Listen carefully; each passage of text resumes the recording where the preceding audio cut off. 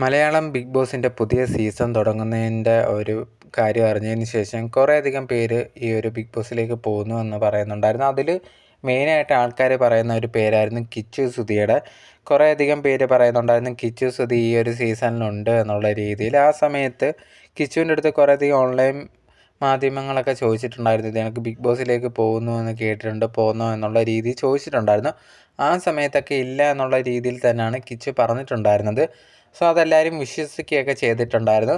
അങ്ങനെ ഇരിക്കുന്ന സമയത്താണ് ഇപ്പം ബിഷപ്പ് ഉണ്ടല്ലോ, ഇവർക്ക് ഈ ഒരു രേണുവിനൊക്കെ വീട് വെക്കാൻ സ്ഥലം കൊടുത്ത ഒരു ബിഷപ്പിൻ്റെ ഒരു ഇൻ്റർവ്യൂ ഈ ഇടയ്ക്ക് ഭയങ്കര ചർച്ചാ വിഷയമാവുന്നുണ്ടായിരുന്നു. ഈ ഒരു കിച്ചു ബിഗ് ബോസിലേക്ക് പോകുന്നു എന്നുള്ള രീതിയിലായിരുന്നു അദ്ദേഹം പറഞ്ഞിട്ടുണ്ടായിരുന്നത്. അദ്ദേഹത്തിനെ പറഞ്ഞ ഒരു ഇൻ്റർവ്യൂവിൽ പറഞ്ഞിട്ടുണ്ടായി കിച്ചു ഇപ്പം ബിഗ് ബോസിലേക്ക് പോകുന്നു എന്നുള്ള രീതിയിൽ സെലക്റ്റായി എന്നുള്ളതാണ് അറിയാൻ സാധിച്ചത് എന്നാണ് ആ ഒരു വ്യക്തി പറഞ്ഞിട്ടുണ്ടായിരുന്നത്. അപ്പോൾ ഇതിൽ നിന്ന് തന്നെ മനസ്സിലാവുന്നുണ്ട് ഇതേ കണക്ക് കിച്ചു ഈ വട്ടത്ത് ബിഗ് ബോസ് സീസണിലുണ്ട് എന്നുള്ളത്.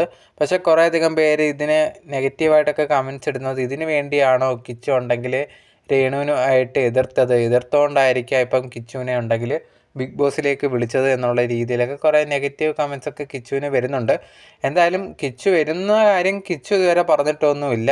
അതിന് സീസൺ ഇപ്പോൾ തുടങ്ങുമ്പോൾ മാത്രമേ നമുക്ക് അറിയാൻ പറ്റുമോ ഉണ്ടോ ഇല്ലയോ എന്നുള്ള കാര്യം.